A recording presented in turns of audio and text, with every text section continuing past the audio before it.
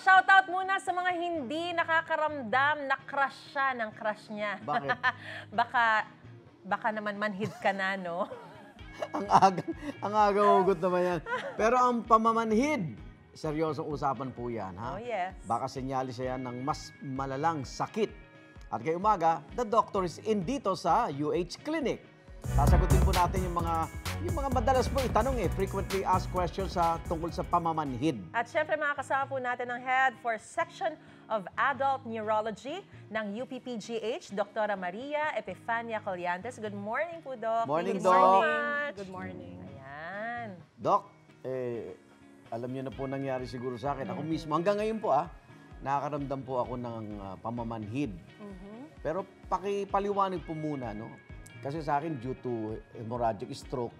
Pero yung sa mga nanonood ngayon, ano bang usually po ang dahilan ba't namamanhid po ang katawan? Ang pamamanhid, ibig sabihin walang pakiramdam. So may damage yun sa nerve. So pag humawak tayo ng mainit, na maybe hot water, yung sensory information magta-travel sa nerve natin, papunta dito sa spinal cord, papunta sa utak. So pag na-damage yung nerve, spinal cord o utak, magkakaroon ng pamamanhid, no? Hindi lang yun, abnormal sensation din. Shooting pain, pins and needle sensation, burning pain, abnormal sensation. Okay. Pero yung dito ko po sa kanang bahagi, may pakiramdam naman po. Pero parang ano siya, may balot. Yes. Ganun yung naramdaman.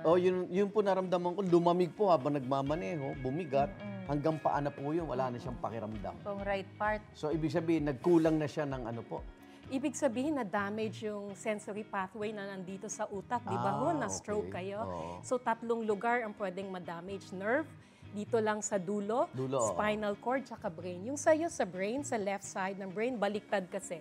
Kung na-damage yung left, Sa yung right side sensory siya. pathway, right side yung mahina, mabigat, pressing pain, or abnormal sensation. Minsan, yung mahapdi siya, nadaplisan lang, grabe yung sakit. Yun yung abnormal sensation. Kumbaga sa ano daw ho, nawala ng signal kasi yung utak sa Yes. sa mga ugat. Sensory nerves. Oo. Ito po bang pamamanhid talaga isang senyalis ng stroke? Kaya Yes. dinala ko agad sarili ko sa ospital Tama ang ginawa nyo. So yung stroke, isa yung senyales, yung pamamanhid. Ngunit may ibang senyales, kagaya ng pamimigat o panghihina na naramdaman nyo, di ba po? Oo po. Mahina, tsaka sakit ng ulo, hilo, pagsusuka, o kaya naduling, o kaya bigla na lang natumba na tapos mamanhid ito. So yun ang mga senyales ng stroke. Bigla yon lagi. Pero, Doc, bukod po ba sa stroke, ano-ano pa po ba yung mga sakit ang pwedeng magdulot ng pamamanhid sa katawan? So may 3 areas na apektuhan. Pwede yung nerve lang, no? Yung dulo lang. Halimbawa, naipit lang. Like pag nagta-type ka, laging naiipit yung nerve, pati itong elbow. So namamanhid, no? So pwede yon. Pwede rin may mga gamot na magkukos nito, no? Sa pamamanhid. Kamay, paa, pwedeng diabetes rin. Pag diabetic ka, uncontrolled, o kaya may ibang sakit. Sa liver or kidney, no? Namamanhid yung kamay, paa. So spinal cord rin. Remember yung Superman, si Christopher Reeve, biglang nagkaroon ng cervical spine injury. Pwedeng manhid from the neck down, tsaka manhid din. Or lesion sa utak, like stroke or kaya tumor, kalahati ng katawan, no? Face, arm, and leg, no? So yun ang dahil sa brain lesion. Okay. Sa ngayon po, sumasailalim po ako sa rehabilitation and therapy. May mga simpleng exercises po dyan at pwede itong gawin para mabawasan po yung pamamanhid. Doc, ano ba yung mga simple exercises kahit nakaupo ka lang siguro, nakatayo, nakahiga? Pakitulong nga po yung ating mga kababaeng nanonood ngayon sa inyong tip. Pwedeng gawin natin. Like, kung namamanhid yung kamay, lalo na yung mga lola na laging naglalaba or nagtatype, i-shake mo lang yung kamay para ma-release yung compression, no? Okay? Makikita mo, parang na-lessen yung manhid. Okay. Lalo na pag mild lang.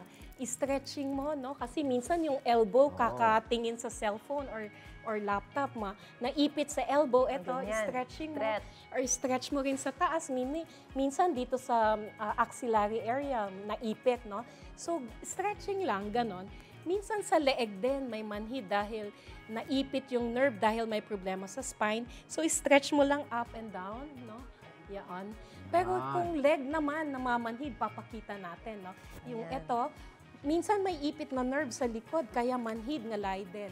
So kahit nakaupo ka, hindi mo kayang umupo dahil na-stroke ka, pwedeng i-bend mo ito, i-stretch mo, ganyan, no? Ayan, may ganyan, Okay? oo. Ganyan. Okay. Pati kabila. Ngayon, kung mahina, kagaya mo, na-stroke ka, no? Pwedeng pag nakahiga, hindi mo ma-lift yung paa mo, pwedeng nakahiga or nakaupo. Mayroon kayong towel or maybe cloth, ilagay mo dito sa paa mo, no? Tapos, pati hilain. ihihilain mo Parang pataas. Ah, So, okay. makikita mo na sa stretch, no? Yung nerves mo, pati yung sa likod mo. Yan, i-count mo to 10, kabila naman.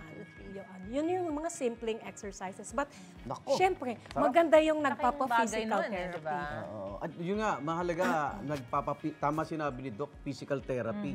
Kasi misa sa bahay, ba ma-injured ka pa eh. Kailangan Tama. meron ka ring assistant Merong kasama. oo. facilitate nung ano mo. Oo, dahil mahina ka Mga pa nga exercises. eh. Oo. Yes. Kaya huwag kalimutan, may period po na dapat nagte-therapy, di ho ba? Pag lumagpas, parang wala nang... Baliwala na rin. Yeah.